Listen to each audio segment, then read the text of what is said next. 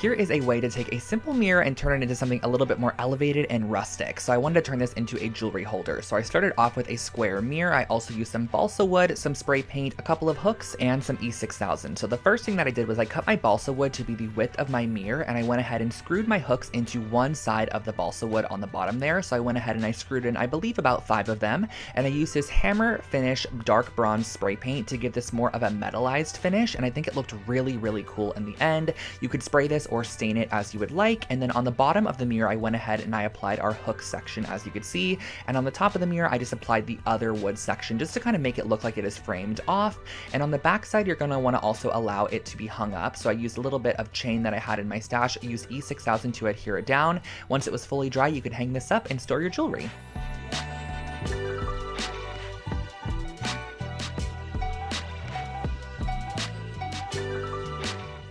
Affordable furniture DIYs are always a hit here on Lone Fox, so I wanted to share with you guys how I created this nightstand from a simple crate from IKEA. So this is the Naglig crate, which you could pick up for about $10 at IKEA, and I went ahead and I started off by just constructing it based off the instructions. You have to just screw all of the elements together, and once they're all screwed up, you have a basic wooden crate. Now, on the bottom of the wooden crate, I wanted to add a leg, so I elevated it off the floor with these little wooden trinket dishes, or like little wooden trays that I found at the craft store as well. They're just a simple wood, very similar to the one from IKEA, and I just E6000 these down. You could also use a nail gun if you'd like to, and once you are done, you have a very simple minimal nightstand.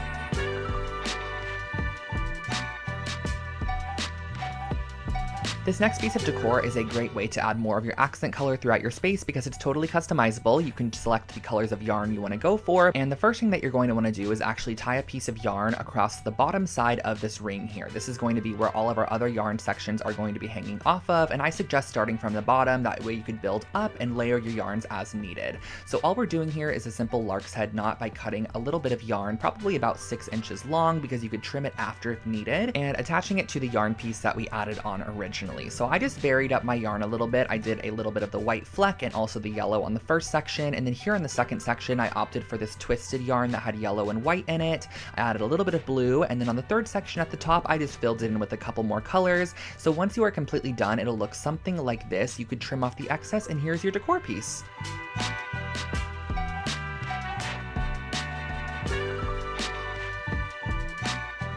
This is a really fun multi-purpose DIY. I created a memento lampshade because lampshades can be a little bit boring, so if you have a basic lamp, especially in like a dorm room or a small space, spice it up with a simple hack here. All that I started off by doing was just painting my clothespins how I wanted them to look, so I think I did a mixture of black and then also just the raw wood as well. All you have to do for this project is literally glue down the clothes clips all the way around the exterior of the lampshade, just kind of spacing them out however you would like them to go, and keep in mind wherever you place a clothespin, you can add a Polaroid or a little memento, and that finishes off this lampshade.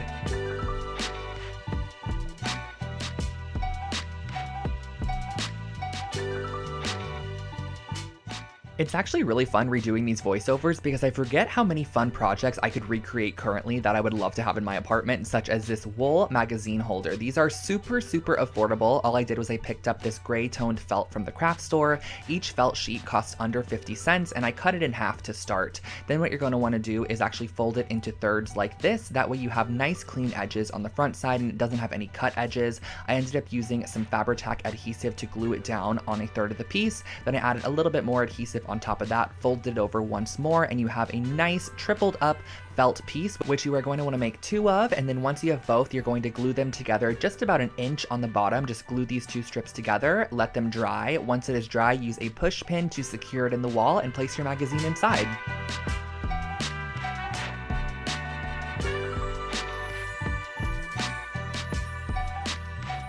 If you love a freehand, very artsy project, this one is for you. I created this as a dorm decor piece a while back, and it is just a kind of moon phase galactic pillowcase. I just used a simple white IKEA pillowcase and some black fabric paint to paint on some stars and moons around the exterior of this pillow. I also added a couple of constellations, and that was all.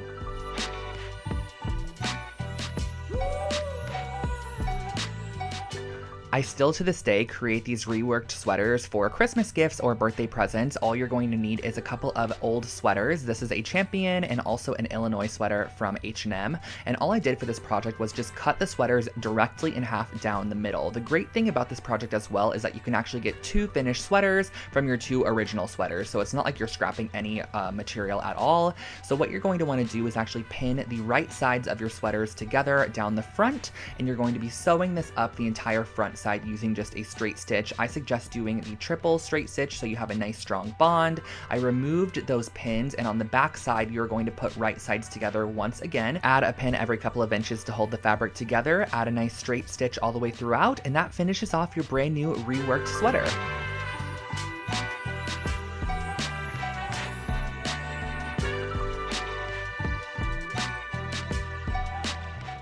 A couple years back, I received a Lalapo candle for Christmas, and it had a really funky kind of hammered metal tin container that it came in, and I wanted to recreate my very own for a fraction of the price. So I found this metal tin here on Amazon, and I literally went to town on it with a hammer, just hammered it all the way around, gave it a very distressed and just unique look. So as you can see, these are going to be our candle canisters. Now these candles here are a couple that I've had in my stash for a while, and I placed them right on top of a pan, just right over the heat. However, I would never do this to this day. I highly suggest getting a boiling pot that you can actually add some water inside of, adding about 2 to 3 inches of water, letting that boil, and then placing your candles inside and letting it slowly melt over time, kind of like a double boiler method. But once it is fully melted, you can go ahead and glue a new wick on the inside of your canister. And then once that is adhered inside, you can go ahead and pour your melted wax very carefully into your canister there. I actually poured both candles in here and mixed up the waxes, but you can totally do one style or create your very own scent with some essential oils, and that finishes off your hammered tin candle.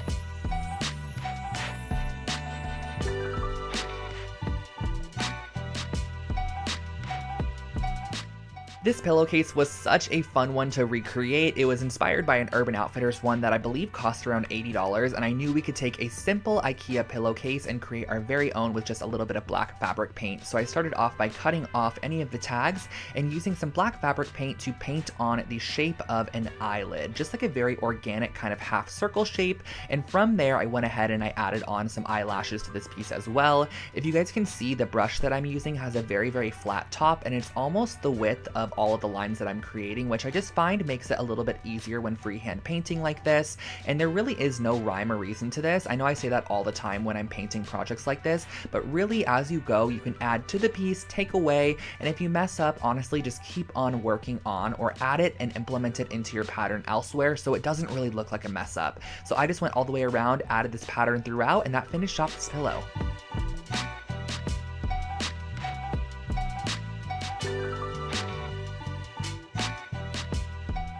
Another oldie but goodie was this geometric wall hanging. I remember when these geometric shapes were super trendy in interior design, and if it totally matches your style currently, this is a project you should definitely recreate because it is super simple. But a humongous pointer I can give you for creating this project is to work on top of wax paper or parchment paper and just basically lay your sticks down and apply glue on top of them. That way you're not adhering everything together and having to wait for it to dry and it's sticking to your surface. Just work on top of a wax paper or parchment paper and it will easily be able to be removed. I also use the tip of my hot glue gun to kind of melt down any excess hot glue sections. So I created these 3 almost pinwheel style shapes and I attached them together using a little bit of yarn. You're just going to use about 8 inches of yarn between each section to attach them together. Once you reach the end, just tie a little loop at the top that you can hang it off with, and that finishes off your brand new wooden geometric wall decor hanging.